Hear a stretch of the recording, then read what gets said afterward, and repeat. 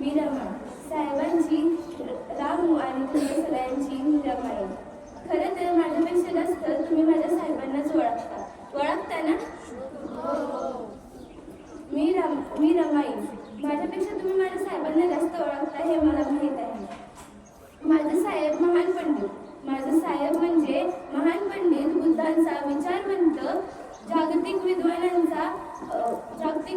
विद्वानांचा शिरोमणी, ज्वालामुखीतून बाहेर पडणारा तप्त ज्वाला, तर कधी सागरासारखा खोल हृदयाचा, जातीयतेवर तुटून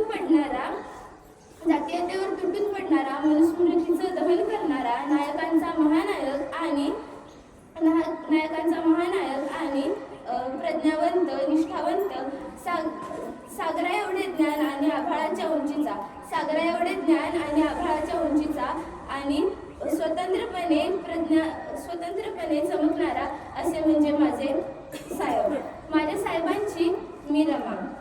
अर्थातच सूर्याची मी सावली.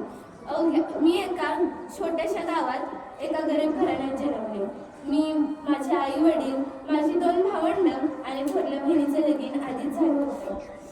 तिचं लगीन झाल्यामुळं मीच राहिली होती ती मोठी. माझे आई वडील आम्हाला खूप लहान वयात सोडून गेले. थोड्या दिवसांनी माझ्या मामांनी आम्हाला त्यांच्या घरी नेले.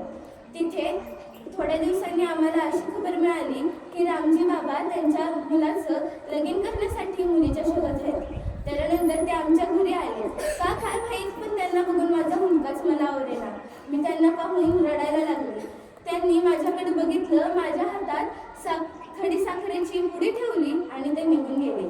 दुसऱ्या दिवशी खबर मिळाली तर काय, त्यांनी आमच्या दोघांचं लगीन पक्का केलं होतं. मी अवघ्या 9 वर्षाची होती आणि माझ्या साहेबांचं तरी कुठं व्हायला मोठं, तेही नुसत्या 15 वर्षाचे होते. मुंबईमधील भायखळा येथील एका भाजी मंडईमध्ये आमचं लगीन लावलं. गरिबीत का होईना, पण आम्ही सुखात जगत होतो. पण संघर्ष तो काय आमचा पाठलाग सोडतोय. संघर्ष हा नुसताच आमच्या मागं होता. आम्हाला 5 मुलं होती. त्यातील यशवंताच फक्त प्रौढत्वापर्यंत जगू शकला. बाकी 4 मुलांचा कुणाचा आजाराने तर कुणाचा गरिबीमुळे असलेल्या अन्नाच्या कमतरतेने मृत्यू झाला. मी तर पार खचून गेली होती. पण माझ्या साहेबांनी मला धीर दिला आणि त्यांनीही धीर सोडला नाही. घरातील गरिबी बघून, अस्पृश्यांवर होणारे अन्याय बघून त्यांनी ठाम निश्चित केलं की आता आपण जगायचं ते फक्त दलितांसाठी जगायचं आणि अस्पृश्यांचं, दलितांचं जीवन चांगलं करायचं. ते पुढे शिकण्यासाठी मला गावात ठेवून बॅरिस्टरचा अभ्यास करायला बाहेरच्या देशात गेले. त्यांनी बॅरिस्टरचा अभ्यास केला. शिक्षण करायचं असल्यामुळे त्यांना आमच्यावर बरोबर लक्ष देता आलं नाही. ते मला कधी 4 पैसे पाठवत, पत्र पाठवत, त्यातच मला आधार मिळायचं. मी जगत होते ते म्हणजे आता साहेब येतील आणि पैसे घेऊन येतील आणि माझं जीवन चांगलं करतील, ह्याच आशेवर मी जगत होते. साहेबांना तर मला पण शिकवायचं होतं, पण मी शिकायचं, मूल बघायचं की घर बघायचं, त्यांचं हे उदास तोंड मला बघवायचं नाही. म्हणून मी त्यांच्यासाठी लिहायला वाचायला शिकले. मी तर साहेबांना असं सुद्धा म्हणली होती, तुम्हाला जर शिकलेली बायको हवी असेल तर शिकलेल्या बाईशी लगीन करा. पण त्यांच्यासाठी मी नंतर लिहायला शिकली, वाचायला शिकली आणि साहेबांनी खूप चांगली कार्य केली. माझ्या साहेबांनी जनतेसाठी, दलितांसाठी खूप महान कार्य केले. त्यांनी आमच्या हक्कांसाठी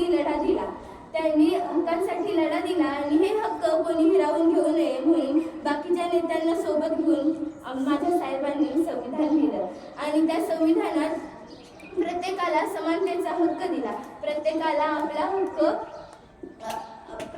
हक्क गाजवण्याचा अधिकार आहे. प्रत्येकाला त्याच्या हक्कांवरती अधिकार आहे. हे माझ्या साहेबांनी त्या संविधानात लिहिलं